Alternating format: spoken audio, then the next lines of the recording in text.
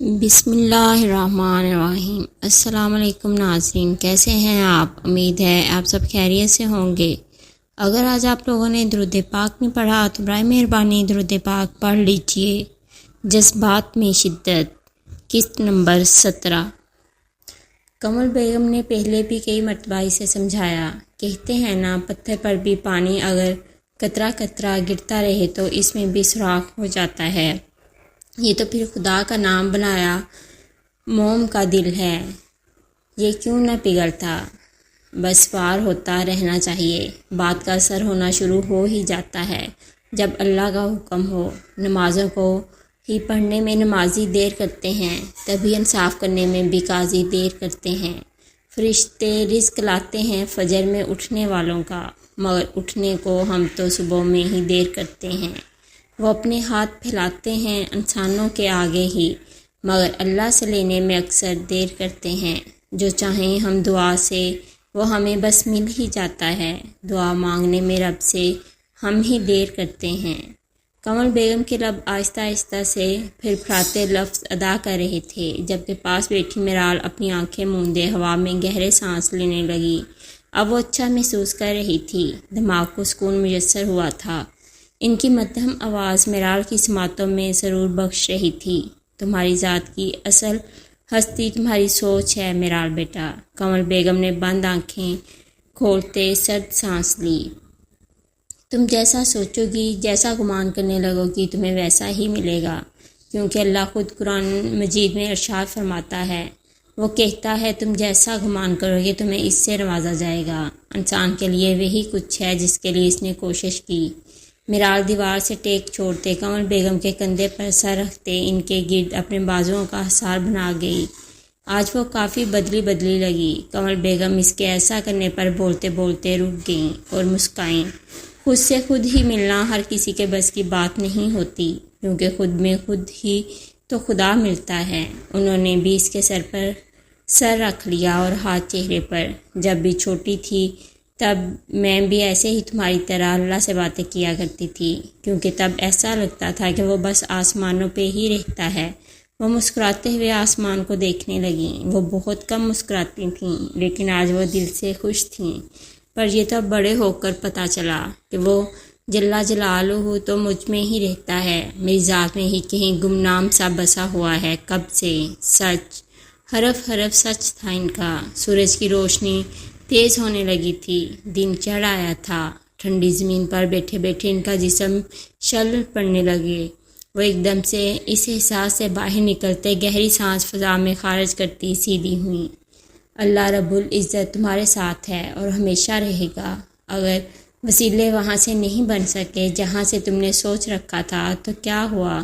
تم یقین رکھو اس ذات پہ، وہ وسیلہ وہاں سے بنائے گا جہاں سے کوئی بھی تصور نہیں کر سکتا۔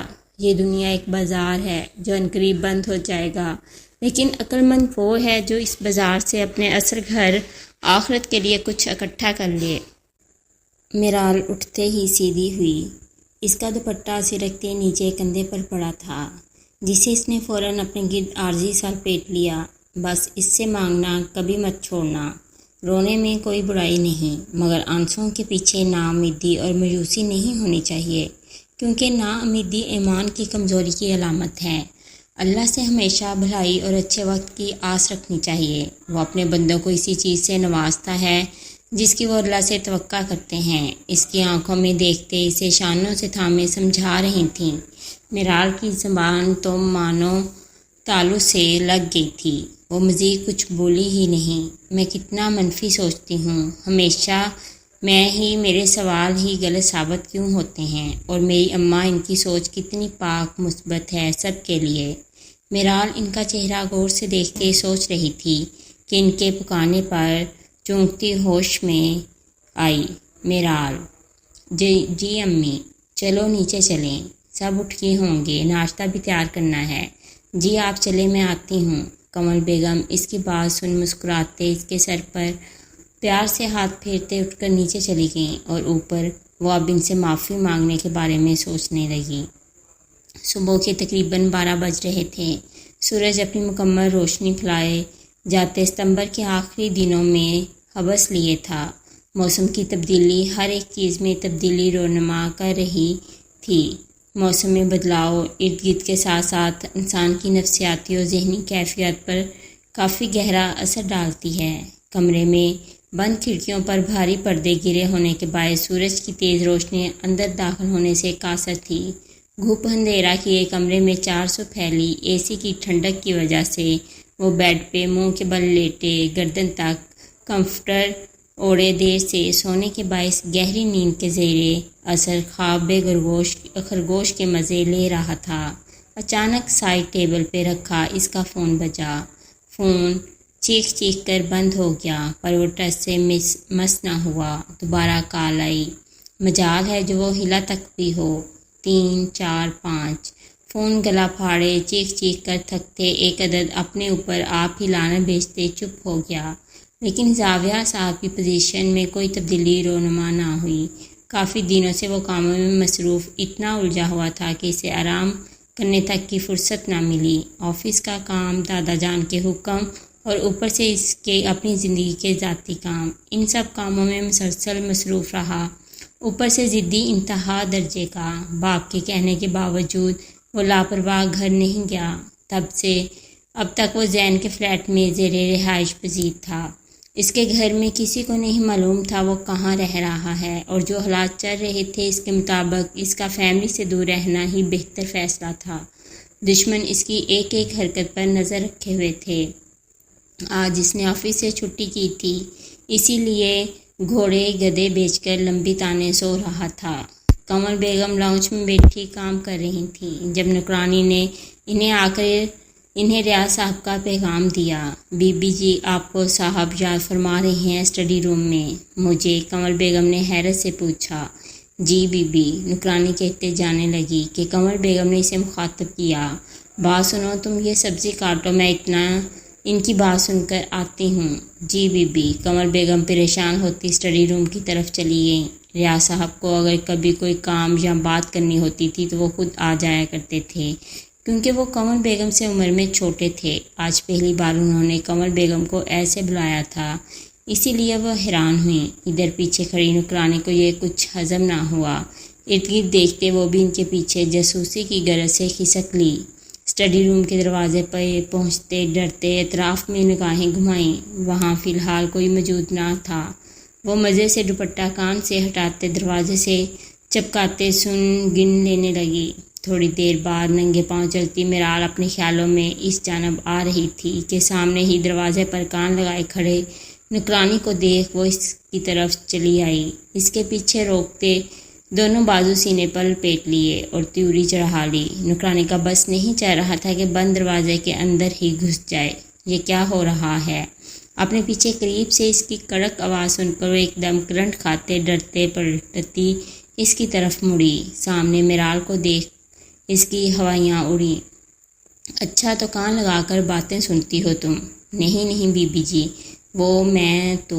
اس کی آواز لڑکھڑا رہی تھی، ڈر کے مارے اس سے بولا نہیں گیا۔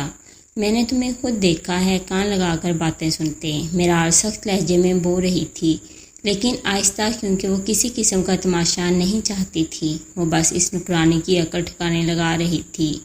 وہ جی، میں کام سے یہاں آئی تھی۔ میں تو یہ دیکھ رہی تھی کہ اندر جاؤں یا نہ جاؤں بی بی جی۔ اچھا، مگر آج کے بعد میں نے تمہیں ایسے کان لگا کر باتیں سنتے پکڑ لیا تو تمہاری خیر نہیں ہوگی، یاد رکھنا۔ میرال کو وہ عورت شروع دن سے کھٹکتی تھی۔ کئی بار اسے ایسے الٹے سیدھے کام کرتے وہ دیکھ چکی تھی، لیکن کچھ کہا نہیں تھا، پر یہ عورت دن بدن چڑھتی ہی جا رہی تھی۔ جی بی بی، اب میں جاؤں؟ اس نے اپنی جان چھڑوانا چاہی، جو اس وقت اس سے تفتیش کرنے لگی کھڑی تھی۔ ہاں جاؤ، اسے سر سے پیر غصے سے دیکھتے اجازت دی۔ نوکرانی فوراً سے پیشتر وہاں سے کھسکتی رفو چکر ہو گئی۔ میرال ایک نظر بند دروازے کو دیکھ کر آگے بڑھ گئی۔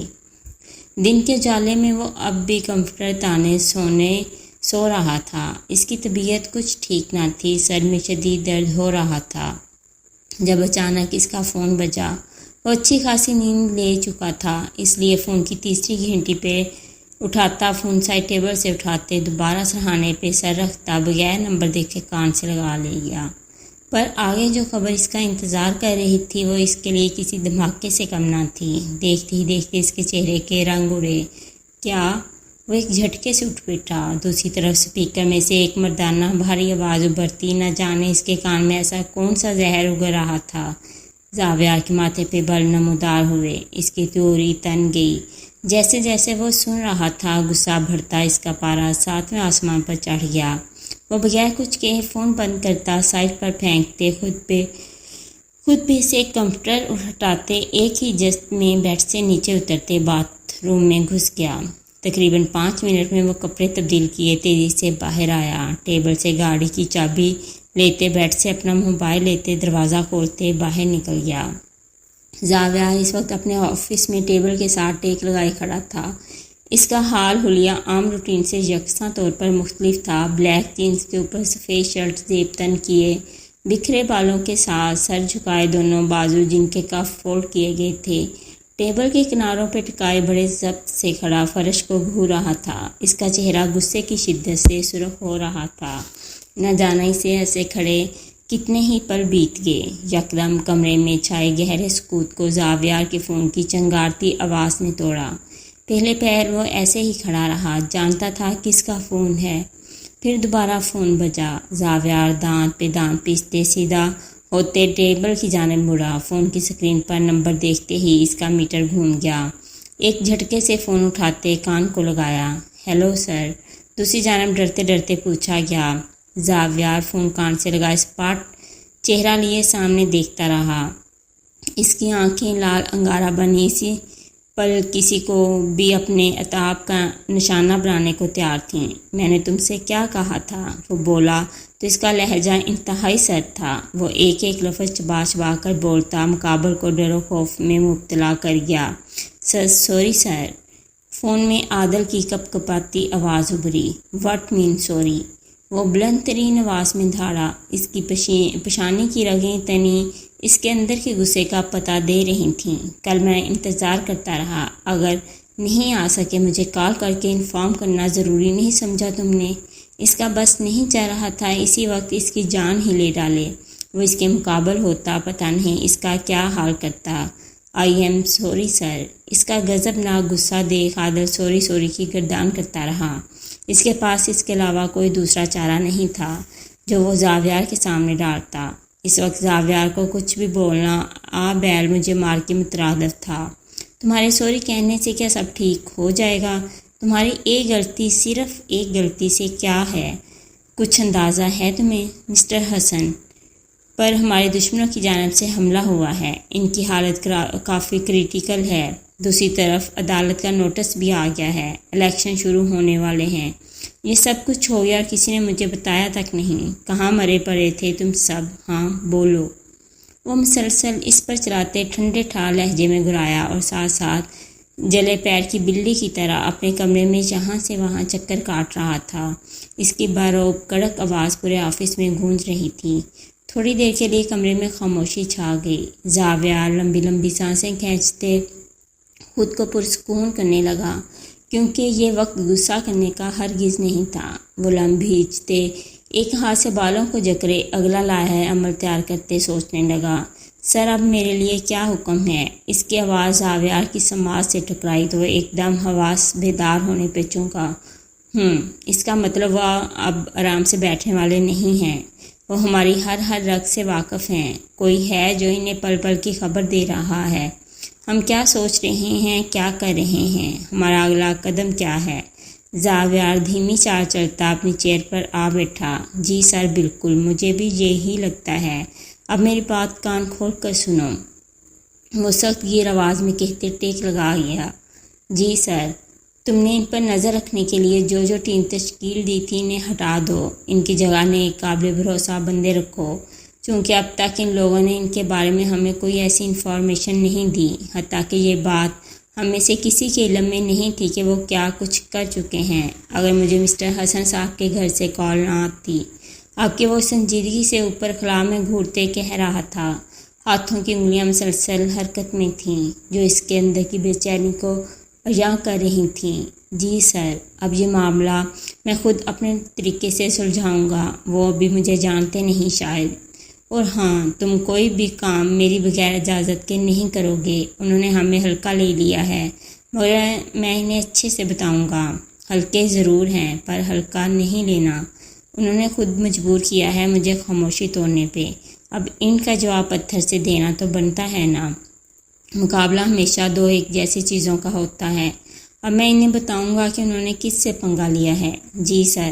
بہرحال عادل، کل یہ تمام کام کرتے پہلی فرصت میں نکل جانا حویلی کے لیے۔ دادا جان کو اطلاع دینی ہے اور معاملات کی سنگینی سے آگاہ کرنا مت بھولنا۔ عدالت کے کام تم دیکھو گے ان کے ہمراہ۔ جی سر۔ میں اتنے میں اس پاشا سے نمٹتا ہوں۔ ہر ایک چیز پر نظر رکھنا، ہر کام صحیح ہونا چاہیے، کہیں کچھ غلط نہ ہو، چونکہ اب کے کسی قسم کی غلطی کی گنجائش باقی نہیں ہے۔ اور اگر اب کے کوئی غلطی تم سے سرزد ہوئی عادل، میں خود تمہاری جان لینے سے گریز نہیں کروں گا۔ اب کے اس عادل کے منہ سے جی سر کا تکیہ کلام تک نہ نکلا۔ اچھے سے اس کی عادت سے واقف تھا، اگر وہ کہہ رہا ہے تو یقیناً وہ ایسا کر گزرے گا۔ اس کے غصے سے سبھی اچھے سے واقف جو تھے۔ اور فی الحال مجھے کسی اچھے وکیل کا انتظام کر کے دو، کورٹ کی پہلی تاریخ پر جانے کے لیے ضروری اقدامات بھی کرنے ہیں۔ جی سر۔ اور اس نوکرانی سے کہو کہ مجھ سے کانٹیکٹ کرے۔ Okay sir. غصے میں فون کاٹتے ٹیبل پر پٹک دیا۔ آج اس کا پارا کم ہونے کا نام ہی نہیں لے رہا تھا۔ کچھ اس میں یہ خاندانی غصہ تھا جو وراثت میں تقسیم ہوتا اسے بھی مل گیا۔ اب بیچارے کا تو اس میں کوئی قصور نہ ہوا نا۔ دوپہر کے وقت قمر بیگم اپنے کمرے میں نماز ظہر ادا کر رہی تھیں کہ اچانک سے وائبریشن ہونے لگی۔ انہوں نے فوراً دعا ختم کی اور اٹھتے جائے نماز لپیٹتی ایک طرف رکھتی دروازہ بند کر دیا۔ وہ تیزی سے الماری کھولتی کپڑوں کے نیچے سے موبائل نکالنے لگتی۔ فون کی اسکرین پہ جانا پہچانا نمبر دیکھ وہ پریشانی سے کان سے لگا لی۔ ہیلو۔ دوسری جانب سے مردانہ بھاری گمبھیر آواز گونجی۔ یہ آواز سنتے ہی ان کے چہرے پر بیزاری پھیلی۔ وہ خاموشی سے اس کی بات سنتی ایک احتیاطی نظر دروازے پر دوڑانے لگی۔ میں تم سے نہیں مل سکتی، سمجھے تم؟ اور اب مجھے فون مت کرنا۔ دو ٹوک جواب دیتے وہ فون بند کرنے کو تھی کہ پھر سے وہی آواز فون میں بلند ہوتی انہیں ایسا کرنے سے روک گئی۔ کہاں نہ نہیں آ سکتی، میرے لیے یہاں سے نکلنا مشکل ہے اور میں ابھی وہ آگے کچھ کہتی کہ مخالف ان کی بات اچک گیا۔ قمر بیگم کی پیشانی پہ پسینہ نمودار ہونے لگا۔ بے ساختہ انہوں نے پیشانی مسل ڈالی۔ نہیں، تم ایسا نہیں کر سکتے۔ دیکھو تم اپنے ساتھ ساتھ میرے لیے بھی مصیبت کھڑی کر دو گے۔ اس بات کا بھی کسی کو نہیں پتہ۔ اگر کسی کو خبر ہو گئی، جانتے ہو کیا کیا جائے گا؟ شاید مقابل دھمکیوں پہ اتر آیا تھا۔ ان کے چہرے کی ہوائیاں اڑیں۔ نہیں جانتے، اسی لیے کہہ رہے ہو۔ دیکھو بات کو سمجھنے کی کوشش کرو۔ میں ایسا۔ دوسری جانب فون کاٹ دیا گیا۔ قمر بیگم کے ہاتھ پاؤں ٹھنڈے پڑتے سن ہو گئے۔ اسٹڈی روم میں خاموشی چھائی تھی جسے ریاض صاحب کی بھاری آواز نے توڑا۔ قمر بیگم پہ ان کی بات کا اتنا گہرا اثر ہوا کہ وہ ایک لمحے کو حیرت میں گری۔ ہاں تو پھر تم نے کیا سوچا اس بارے میں؟ ان کے آواز پر قمر بیگم چونکی۔ وہ میں میرال سے پوچھ کر سوچ کر بتاؤں گی، وہ گڑبڑا کر اٹکتے ہوئے کہہ رہی تھیں۔ ریاض صاحب نے ان کی بات سنتے محض سر اس بات میں ہلا دیا۔ ہاں بالکل، تم خود بھی اچھے سے سوچ لو اور میرال بیٹی سے بھی پوچھ لو، کوئی مسئلہ نہیں۔ تسلی سے آپ دونوں کی رائے میرے لیے بہت اہمیت رکھتی ہے۔ وہ سامنے صوفے پر براجمان ٹھہر کر نرمی سے بول رہے تھے۔ جی بھائی۔ وہ اپنے ہاتھوں کو مسلتے بے سکون نظر آئیں۔ انہیں ایسا کرتے دیکھ وہ مزید گویا ہوئے۔ پریشان مت ہو، آپ دونوں کا فیصلہ جو بھی ہوگا مجھے وہ منظور ہوگا، بے فکر رہیں۔ کس کو اگلی ویڈیو کا انتظار رہے گا، کمنٹ میں ضرور بتائیے گا۔ اللہ حافظ۔